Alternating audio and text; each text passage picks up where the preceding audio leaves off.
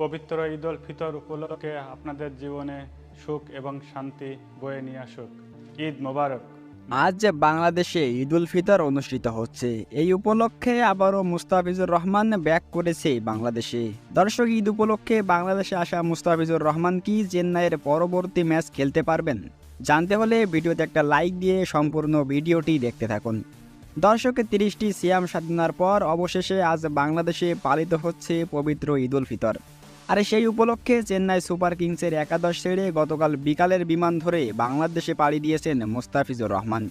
নিজের মাতৃভূমি সাতক্ষীরাতে ঈদ উল ফিতর পালনের সিদ্ধান্ত নিয়েছেন কাটার মাস্টার। এদিকে চেন্নাই সুপার কিংসের পরবর্তী প্রতিপক্ষ আইপিএলের অন্যতম সেরা দল মুম্বাই ইন্ডিয়ান্স। আর সেই কঠিন প্রতিপক্ষের বিপক্ষে মুস্তাফিজুর রহমান একাদশে থাকবে না, সেটা কি হয়?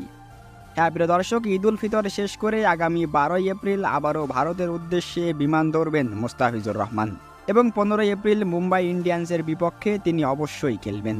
তো প্রিয় দর্শক, আমার পক্ষ থেকে সবাইকে পবিত্র ঈদ উল ফিতরের শুভেচ্ছা। ঈদ মোবারক।